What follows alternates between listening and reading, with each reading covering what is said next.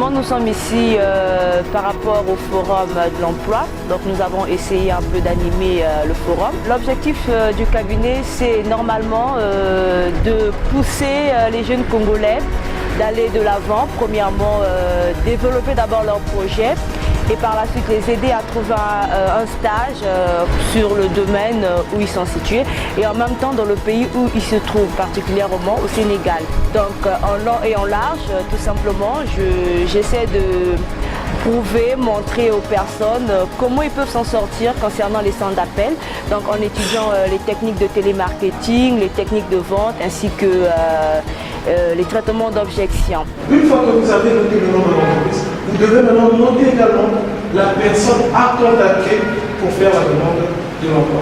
Nous avons eu aujourd'hui des Congolais jeunes qui sont aujourd'hui dans l'entrepreneuriat et qui nous ont fait comprendre qu'aujourd'hui, si nous voulons nous retrouver, il nous faut penser à l'entrepreneuriat.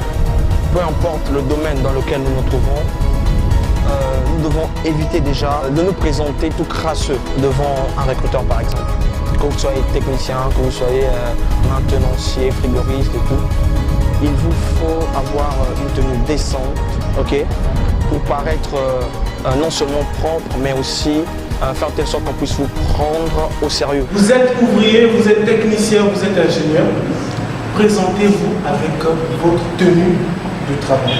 Au cours de cette conférence, il a été question d'apprendre aux participants quelles sont les techniques de recherche d'emploi, les démarches, la façon de procéder, ce qu'il faut faire en amont, ce qu'il faut faire en aval, et aussi les attitudes à adopter lors des entretiens d'embauche. Et nous sommes tout à fait satisfaits du partenariat que nous avons signé avec Afrijob Partner, qui est un cabinet congolais créé par des Congolais ici au Sénégal. Et ce cabinet sera très avantageux pour les étudiants et pour la communauté en général. Je reste convaincu que dans la suite, les choses se feront encore mieux avec les générations à venir. La création d'emplois qui sont aujourd'hui des priorités pour tous les États devrait interpeller notre conscience. Les statistiques de l'Organisation internationale du travail de la Banque mondiale indiquent que plus de 71 millions de jeunes aujourd'hui sont au chômage. Ce sont des statistiques alarmantes qui devraient donc susciter en nous ce désir d'apprendre, de nous outiller, de toutes les armes qu'il faut pour affronter le monde du travail, mais aussi de penser à l'entrepreneuriat au cas où on n'aurait pas le travail. Donc voilà l'objectif même de cette conférence sur les techniques de recherche d'emploi.